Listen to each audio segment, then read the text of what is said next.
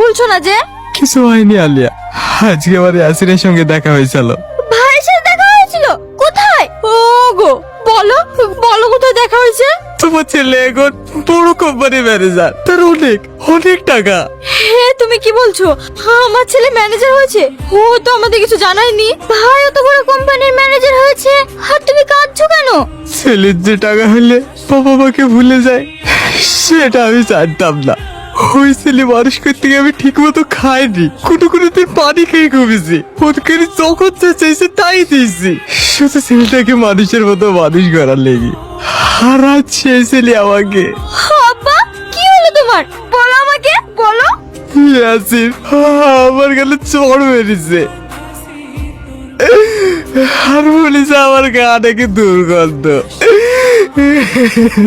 আব্বা, আমি হাত ভেঙে গুড়িয়ে দেবো।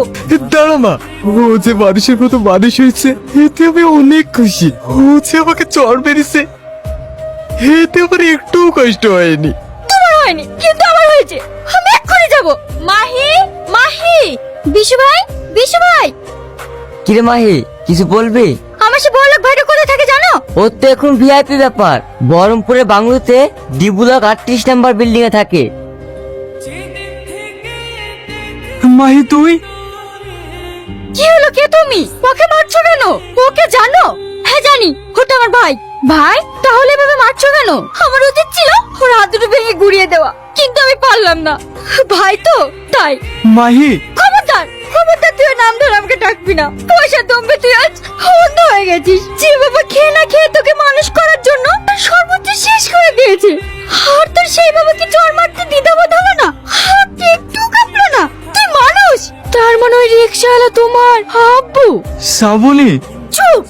তোমার এই মুখটা দেখতে আমার ঘৃণা হচ্ছে জানো? মিথ্যা বলার একটা সীমা আছে। তুমি মিথ্যা প্রলোভন দিয়ে আমাকে বিয়ে করেছো, তাতে আমার দুঃখ নেই, কিন্তু নিজের পিতাকে তুমি ছি! আব্বা তুমি আমাকে ক্ষমা করে দাও। ক্ষমা কি রে, তুই যে নিজের ভুল বুঝতে পেরেছি আমার কাছে ফিরে এসেছি, এতেই আমি অনেক খুশি। আমি অনেক অন্যায় করেছি, মা আব্বা তোমরা আমাকে ক্ষমা করে দাও। ছোটবেলায় আমার মা মারা গেছে, মায়ের ভালোবাসা কি তাও আমি জানি না। আজ থেকে আমরা সবাই একসাথে থাকবো। হ্যাঁ রে মা,